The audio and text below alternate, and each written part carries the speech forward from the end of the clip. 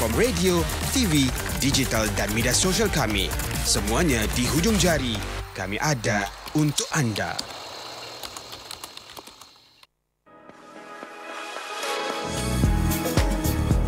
Santai Tengah Hari Bernama Radio.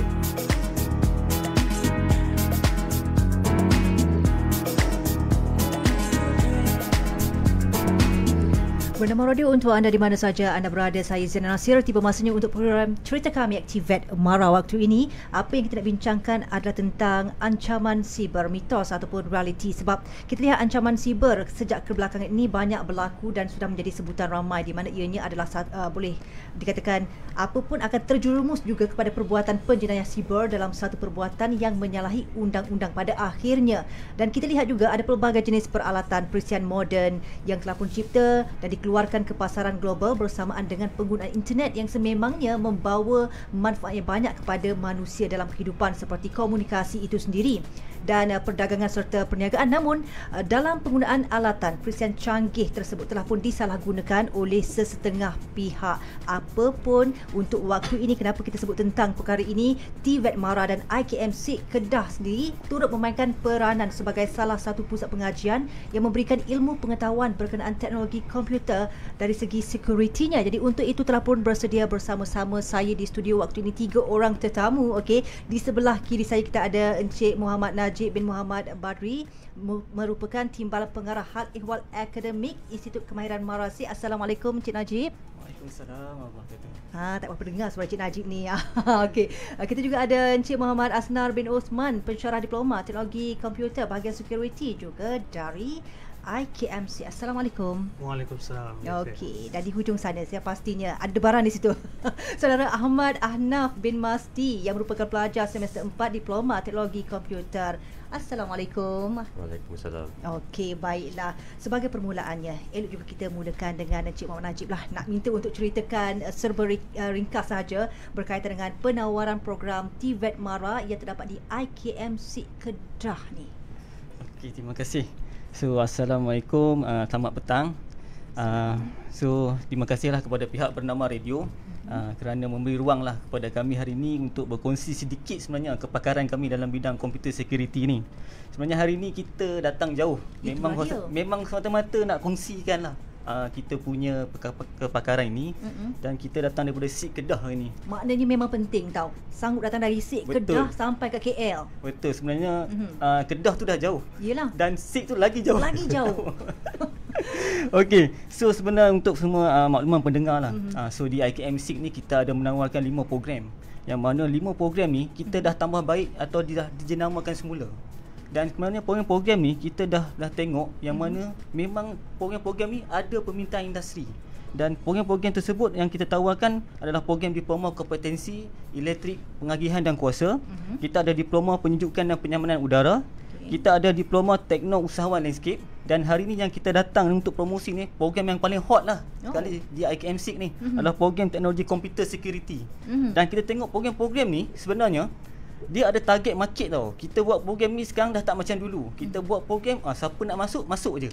Tak, sekarang ni kita ada target market dan sebenarnya program-program kita buat ni dia ada grup-grup yang tertentu yang kita target dan untuk mereka datang ke IKM-SIG untuk sambung belajar dan seterusnya akan pergi ke peringkat yang lebih tinggi. Makna kata program-program yang ditawarkan ni hanya ada di IKM-SIG sahaja kan, ataupun ada juga di IKM lain? Ada di IKM lain tetapi mungkin programnya berbeza. Tapi sebenarnya memang kita dah berjenamakan semula itu mengikut target grup yang berbeza supaya pelajar yang kita nampak contohnya yang mana daripada GIAT Mara atau yang kita cakap yang program-program yang mereka ni yang SPM drop out tetapi sebenarnya mereka ni boleh habis ijazah di dalam Mara. So memang menarik lah sebab tu yang kita datang jauh ni daripada SIG ni. Memang kita datang nak promosikan di sinilah. Okey, itu antara program-program yang menarik yang ditawarkan di IKM-SIG Kedah yang pastinya ianya memenuhi ataupun untuk mengisi kehendak pasaran industri pekerjaan itu sendiri, bukan sahaja, bukan suka-suka, ada target. Betul ada targetnya. Okey, baik-baik. Encik Asnar, kongsikan apakah dimaksudkan dengan perspektif ancaman siber, mitos atau realiti, bagaimana dari segi peranan yang dibawakan untuk memberi pendedahan kepada pelajar berkenaan keselamatan siber. Baik, terima kasih. Sama-sama. Okey, kalau kita tengok sekarang ni dalam era globalisasi ni, teknologi maklumat ni sebenarnya dah berkembang dengan sangat pesat. Okey, maksudnya kalau kita tak ada internet, saya rasa orang sekarang ni dah tak boleh hidup. Itulah dia kan. Ha. Segala-galanya di hujung jari kan. Ya, Kita pun tak terkejar kadang-kadang tu. Betul. Jadi banyaklah aktiviti atas talian ni, macam media sosial, pembelian atas talian, perbaikan internet, lepas tu pembayaran secara elektronik, dan juga penggunaan peranti macam IoT, okay, dan sebagainya lah. Jadi dunia cyber ni memang dah sebati lah dalam kehidupan kita ni. Mahu ataupun tidak, kita kena terlibat secara langsung di dunia cyber ni. Okay, kalau kita lihat balik situasi pandemik, sebenarnya dah merubah banyak kehidupan kita inilah. Okay, tidak-tidaknya dalam peringkat sekolah rendah lagi, pelajar-pelajar dah didedahkan dengan internet. Sebab waktu tu kita dah terlibat dengan pembelajaran secara online. Okay, jadi komunikasi antara ibu bapa, nak tak nak, waktu tu terpaksa cari smartphone. Kurang-kurang pun kalau tak boleh laptop, tak ada laptop sebagainya kan. Untuk PDPR kan? Ya, untuk PDPR tu. Ya. Okay, hingga kan kalau kita pergi pasar malam pun, kita boleh buat pembayaran menggunakan e-wallet. Jadi memang kita dah terlibat secara langsung lah. Okay. Jadi bila dalam dunia cyber ni, dah tentu kita akan ada ancaman. Okay. Cuma ada segelintir yang masih tak endah lah. Okay. Dan anggap ancaman cyber ni sebagai mitos. Sebab mungkin kerana mereka tak kenal lagi serangan cyber tu. Okay. Namun begitu, kalau kita tengok dalam konteks negara kita ni, bila ada satu-satu kes-kes cyber ni, ramai dah orang mula kongsi. Ni satu perkembangan positif lah. Okay, ramai yang akan kongsi dan akan share benda tu. Okay. Tapi persoalannya, adakah kita akan diserang, tetapi bila kita akan diserang. Okay. Jadi selain orang awam, ancaman cyber ni amat berbahaya kepada organisasi dan juga negara. Atas perubahan landscape cyber inilah, TVET MARA mengambil peranan mengorak langkah mewujudkan program Diploma Teknologi Komputer Security ini untuk mendedahkan pelajar-pelajar di dalam bidang keselamatan cyber.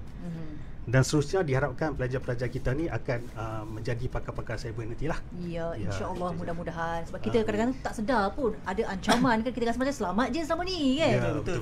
Tapi sebenarnya kadang-kadang saya tak kira risau kat sini tahu. Ada dua term tu sebenarnya, bully cyber dengan ancaman cyber. Sebenarnya benda berbeza. Betul. Sebab bila bully ni sebenarnya dia lebih kepada emosi, fizikal dia. Tetapi bila ancaman ni dia melibatkan harta benda tau.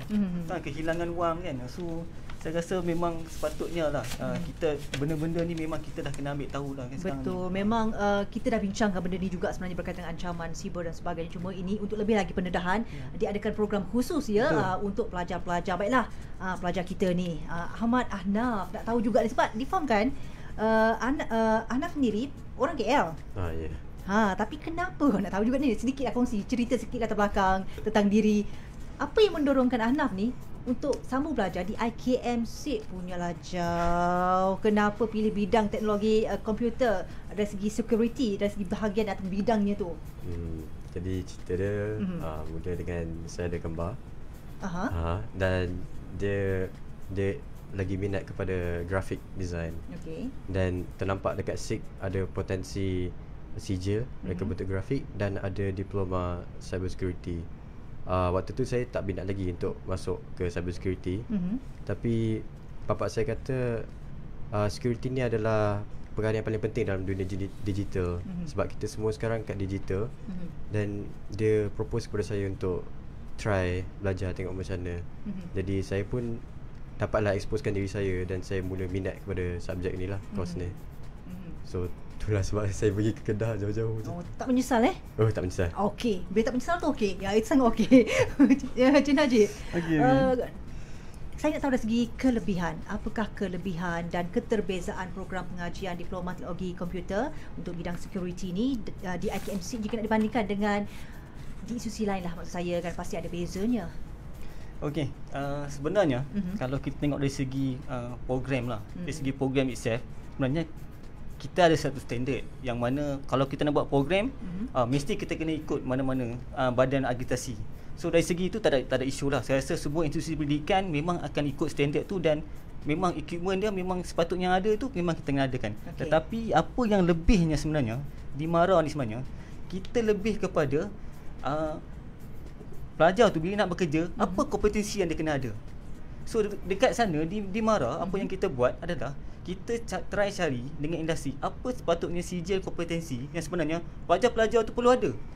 Sebab sebenarnya kalau kita ada diploma sahaja, pelajar tersebut tetap tak boleh bekerja, sebab dalam bidang cyber security ni dia perlu ada competence cert. Dan competence cert tu kita dah embed dalam kurikulum kita, dan pelajar ni kalau dia nak bekerja, so dia akan duduki competence cert tu, dan baru dia orang boleh masuk bekerja. So that's why bila di MARA tu benda-benda tu kita dah embed dalam kurikulum. So that's why saya rasa itulah tawaran yang menarik lah untuk program ni, untuk mereka ni terus dapat pasaran kerja. Sebab sekarang ni bidang pekerjaan bukan semata-mata dengan diploma saja. Sebab nak tengok kompetensi. Kalau you tak ada kompetensi, you tak boleh kerja. Sebab bidang ni sebenarnya dia lebih kepada etik. So etika tu sebenarnya adalah paling penting dalam untuk security ni, sebab dia menjaga kerahsiaan. So kerahsiaan tu yang sebenarnya yang kita titik beratkan dalam program kita. Okey, dari segi fasiliti peralatan yang disediakan bagaimana? Okey, dari segi fasiliti memang kalau kita tengok dekat sana sebenarnya bila orang cakap tentang komputer security ni, sebenarnya kalau kita pergi melawat lah, sebenarnya makmal komputer saja. Tapi sebenarnya komputer yang ada di sana ada spek dia adalah berbeza. Perisiannya tu berbeza. Memang spek yang tinggi, dan mereka ni didedahkan dengan hardware, dengan software dan networking, yang mana mereka ni sebenarnya kita dedahkan di peringkat yang di industri pun dia orang akan belajar, kan. So benda ni kita nampak program ni menarik lah untuk macam mana kita nak tarik pelajar-pelajar masuk dan terus dapat jaminan pekerjaan yang kita janjikan tu lah. Itu yang kita nak kan, habis belajar ada kerja, ataupun tak habis lagi belajar dah ada orang tunggu dah nak ambil kita kerja. Betul. Itu yang menarik kan. Baiklah, bagi anda baru saja bersama-sama kami, sekarang ini kita menerusi program cerita kami ActiveVet. Okey, kita bincangkan tentang ancaman siber, mitos atau realiti bersama-sama Encik Muhammad Najib bin Muhammad Badri yang merupakan Timbalan Pengarah Hal Ehwal Akademik dari IKMC, dan Encik Muhammad Asna bin Uthman yang merupakan pensyarah diploma teknologi komputer untuk bidang security itu sendiri, dan kita ada saudara Ahmad Ahnaf bin Masdi, pelajar semester 4 diploma teknologi komputer security IKMC. Okey, Encik Asna, okey, berbalik kepada topik ancaman siber, mitos atau realiti ni. Pada masa kini kita lihat penggunaan laman maya itu merupakan suatu keperluan sama ada oleh seseorang individu maupun organisasi, tapi kebelakangan ini banyak kejadian jenayah siber berlaku. Jadi apakah yang dapat dikongsikan dari segi mengapa jenayah siber ni masih lagi berlaku, dan jelaskan langkah-langkah waspada yang boleh diambil untuk mengelakkan diri kita, diri organisasi katanya, organisasi itu sendiri daripada terkena ancaman siber. Sebab sebelum ni ada juga dilaporkan organisasi berkecil-kecil kan, besar-besar pun kena ancaman siber. Okey, baik. Kalau kita lihat balik, matlamat penggodam ni biasanya terutamanya adalah kewangan lah. Okey, jadi dia akan mencuri data, kemudian dia akan menjualnya kepada pihak ketiga lah, sama ada untuk kepentingan persaingan perniagaan ataupun sebagainya lah. Tapi ada juga penggodam yang bermotifkan politik, yang tujuannya untuk menimbulkan huru-hara, dan ada juga yang untuk kepuasan peribadi je.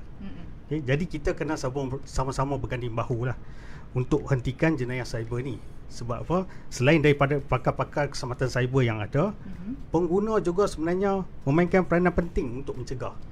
Saya ambil satu contoh lah, kita dekat rumah kita. Okay, macam mana kita nak selamatkan rumah kita? Kita pasang dengan pintu, pasang dengan jeriji besi, pagar lagi selapis, tak cukup pasang lagi 2 lapis. Betul, lepas tu padlock tu kan berlapis-lapis, kadang-kadang tu atas, tengah, bawah pun ada. Betul, tapi kalau tak kunci apa jadi? Tak guna sistem keselamatan tu.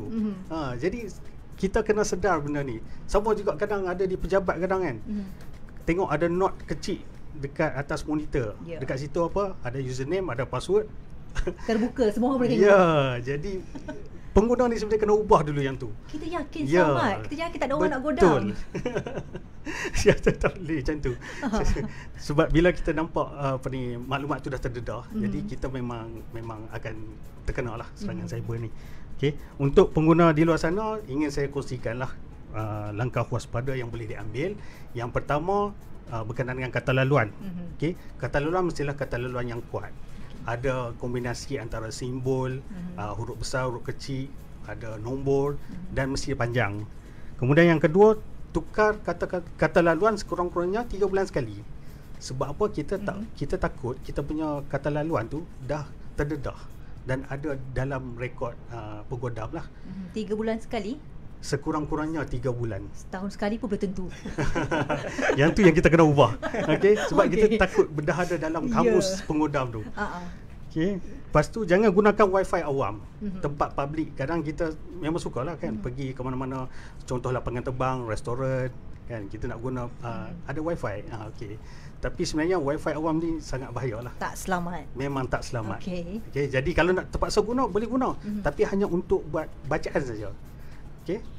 Yang keempat, jangan klik pada link yang pautan yang tidak pasti. Kadang kita dapat SMS, kita dapat WhatsApp. Kadang-kadang tu contohnya macam itulah. Anda telah menangi 20,000, sila klik link ni. Kan? Lepas tu dan link tu dah kena daftar pula. Dekat situ kita tak sedar kadang kita dah dedahkan maklumat kita tu. Dan yang akhir sekali, jangan install atau download perisian yang kita tak pasti. Sebab kita tak tahu perisian tu selamat ataupun tidak. Okey, itu antara langkah-langkah waspada supaya kita tidaklah menjadi mangsa untuk jenayah siber ni kan. Okey, tanpa kita sedari. Okey, untuk pengajian, tempoh pengajian berapa lama dan apa antara intipati pembelajaran diploma teknologi komputer ni? Okey, pembelajaran di diploma teknologi komputer security di IKMC ini adalah selama 3 tahun.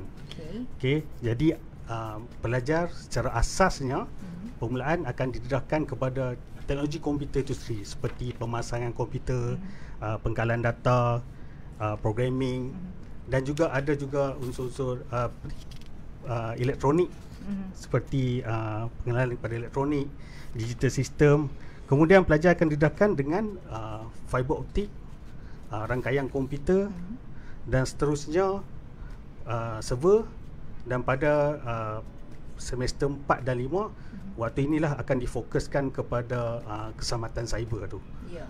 Okey, dan pada semester akhir pelajar-pelajar ni akan menjalani latihan industri.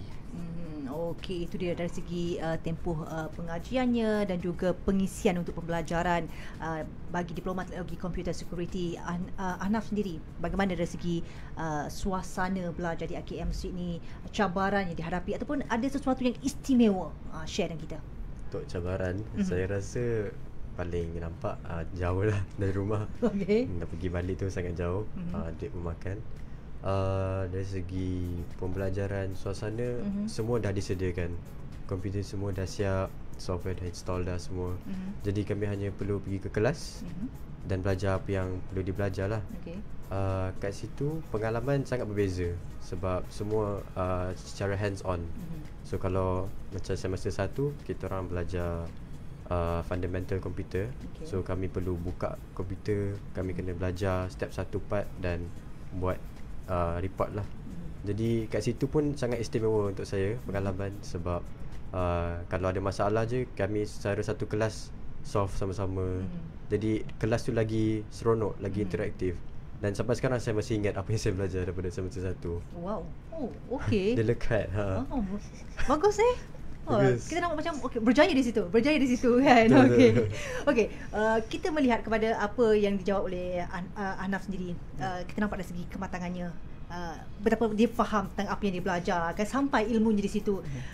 Antara pencapaian Cik Najib, pencapaian, kejayaan, keberhasilan yang telah pun diterpa dalam program ini serta peluang kerjaya lah setelah mereka ni tamat pengajian, adakah terdapat laluan-laluan yang lebih lagi kepada graduan nanti? Okey, sebenarnya kan masih ramai kat luar sana, pendengar kat luar sana yang sebenarnya masih tak tahu apa yang TVET Mara offer. Sebenarnya kalau bila kita datang bercerita dengan dia orang memang rasa kagum dan kenapa dia cakap kenapa kami tak diberitahu awal benda ni kan. So sebenarnya apa yang dia orang akan dapat sebenarnya bila dia orang sertai program TVET Mara ni sebenarnya, satu sebenarnya dia orang ni para pelajar ni sebenarnya dia orang berpeluang melanjutkan pelajaran sehingga ke overseas. Kan? So maksudnya kita ada menawarkan orang kata apa, pinjaman pelajaran yang boleh membayari dia orang sampai ke peringkat ke luar negara untuk sambung belajar. Dan juga kalau mereka ni ingin bekerja dan kita ada program jaminan pekerjaan yang mana kita dah buat kolaborasi dengan syarikat-syarikat ni dan mereka terus ditempatkan sewaktu lagi latihan industri. Tak payah duk risau lah. So tak payah risau dah. Dan memang diberi jaminan gaji yang 2,000 ke atas. Kan? So that's why kita rasa memang program ni memang menarik. Dan kita juga kalau ada setengah-setengah pelajar yang join program ni yang ingin menjadi usahawan, Dan kita sebenarnya kita ada program incubator yang mereka boleh join dan sebenarnya mereka boleh jadi usahawan. So saya rasa mereka keluar daripada program yang kita tawarkan di TVET Mara ni, saya rasa tak ada masalah dari segi kebolehpasaran dia. Sebab kebolehpasaran tu memang kita dah ada platform yang stable untuk dia orang pergilah. Okay. So saya memang menarik lah. So jomlah sertai kami. Okey, memang meyakinkan.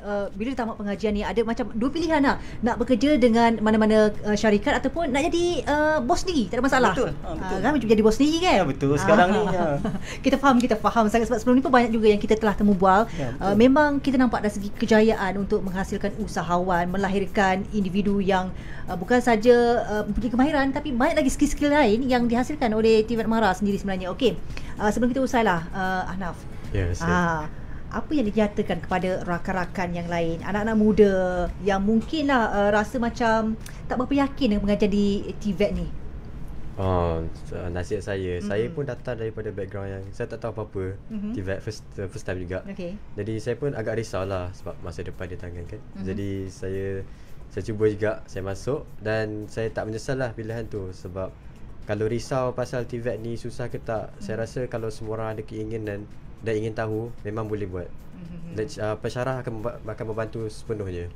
Jadi kalau nak try memang boleh lah, sangat worth it lah. Ya, tak ada masalah. Macam Ahnaf sendiri bermula dari kosong, tak tahu apa-apa kan. Tapi memang puas hati. Memang rasa macam lepas ni jadi apa ni? Saya nak buka bisnes sendiri ke? Nak sambung pengajian ke? Saya akan sambung pengajian. Okey, alhamdulillah. Semoga berjaya. Cik Asnah, macam mana ni kalau nak sambung pengajian di KKTM, IKM, NJII, bagaimana caranya? Okey, bagi yang berminat untuk menyambung pengajian bersama TVET Mara, bolehlah terus melayari laman sawang www.tvetmara.edu.my. Kesemua maklumat berkenaan dengan syarat masuk, senarai khusus dan pusat pengajian serta link permohonan, semua ada di situ. Atau boleh terus hadir secara walk-in ke IKMC untuk mendapatkan maklumat dan permohonan secara terus bersama pegawai pengambilan pelajar dan konsultasi dari pegawai promosi kami. Jadi jangan tunggu lagi. Ayuh sertai kami TVET Mara di IKMC. Mara IKMC Kedah. Ada kata penerangan yang terang jelas, terbaik, katanya. Tahniah, sedap suara Ahmad Ahnaf. Ada peminat nampak gayanya. Okey, apa pun terima kasih banyak-banyak Encik Najib, Encik Asnah dan juga Ahmad Ahnaf, okey, untuk cerita kami TVET kali ini. Sekian dulu untuk waktu ini. Saya Zina Nasir. Assalamualaikum. Waalaikumsalam.